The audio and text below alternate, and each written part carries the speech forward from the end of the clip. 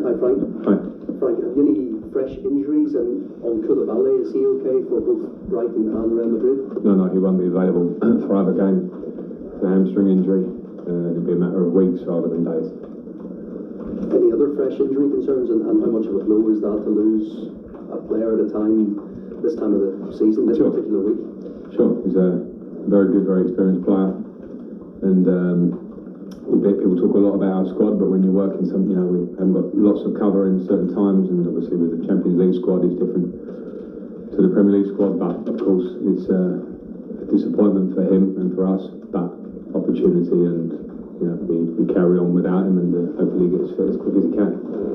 At the other end of the pitch, the lack of goals, has that been a bigger problem than you sort of imagined coming into the role? Now you've got time to assess it, and what are you doing differently to try and get goals out of this team? Well, no, it's not been a bigger problem. I think I understood it before I came in recent times, and trying to address it is our job, of course. And it's a lot of talk about belief. I've said that word a lot myself in the last 2 press conferences, but the reality is it's work, and to replicate on the training pitch, and also to have enough urgency in our attacking game that we have numbers in and around the box and an idea of how we want to attack. So that's again part of the work. What identity suits this group of players, and have you time to implement that before such a crucial week, such a big game coming up, second leg on Tuesday? That's a really good question, because in the tight turnaround, the work on the training pitch is not it's not there. You can't work the players physically when you play 3 games in 6 days and things like that. So it's trying to put the message across about what we want to be and how we want to play.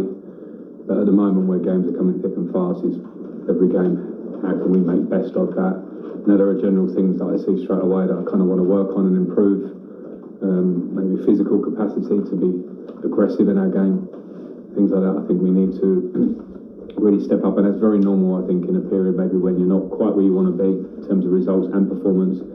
And the first thing to affect is absolutely performance, and we hope that results follow that. So it's important that the lads are very focused in this period. It's important that you, as a Chelsea Football Club player, you understand the expectations and strive for them, and I think that's where we're at, and I see in the squad a desire to do that. Of course, putting into practice is the thing. What role can you play, given obviously you became accustomed to winning as a player at this football club, and there's been such turnover in players even behind the scenes? What role can you play in, I guess, educating any newcomers to the club over the last year or so, what it means to be a Chelsea player, what it means to win on that consistent basis? We'll communicate that to them, and work towards it, and it won't be an overnight process. I just mentioned the lack of training time, and as much as you can have good meetings and an idea, there's nothing better than repeating movements that you want on the pitch, things like that. So those things are challenging. But in terms of being a Chelsea player and what the expectations that are there, it's easy said. It's a process of trying to get to that and to become a winning team and a winning team by nature.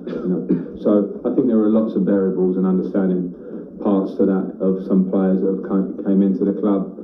And are trying to maybe understand that, and of course when you come in when results are not as good as we want, there are different challenges to it, So I'm pretty level-headed about it. I want to work as hard as I can to get every single improvement we can. It's an interesting job for me because it's different to what I've had before in terms of the short-term nature of it. But that is my job, to work with everything and myself and the staff to get those improvements and to take us forward in this period. Just a final one on Enzo Fernandez. Can you confirm that he's extended his contract again, and what's your take on those sort of more lengthy contracts for players? I can't confirm that because I've got I don't know, actually. Sorry, I've actually got enough on my plate to dissect everyone's contracts at the club. The only thing I'll say is that from working with Enzo, he's been a standout character and player for me in this last week in terms of attitude and quality. So I think, even though he's only been here a short time, I think he's a fantastic player for this club going forward, and exactly the kind of profile, type of player that we're talking about. Of course, he needs to be given time to settle as well, but the contract one I'm not aware of. Thanks. Alex Howe, BBC. Hi, Frank. Hi. Have you been through a period like this in your career when the team's not scoring, and what helped you and helped that team get back to firing and scoring regularly? Yeah, I would have been through relative patches of that.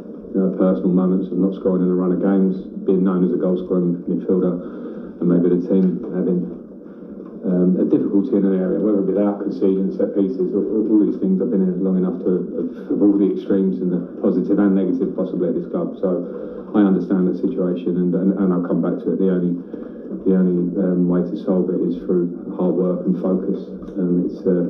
It sounds boring, it sounds the same, but I think if you one of my fortunate things is that I was fortunate enough to have a career at this club, mainly surrounded by a lot of good things and things that pushed me on. But the main thing that pushed me on was my own desire and willpower and those things. So I think anything like that, if it's a collective or if it's an individual, it has to be the work process. And I'm a big believer in once you do that, then good things happen.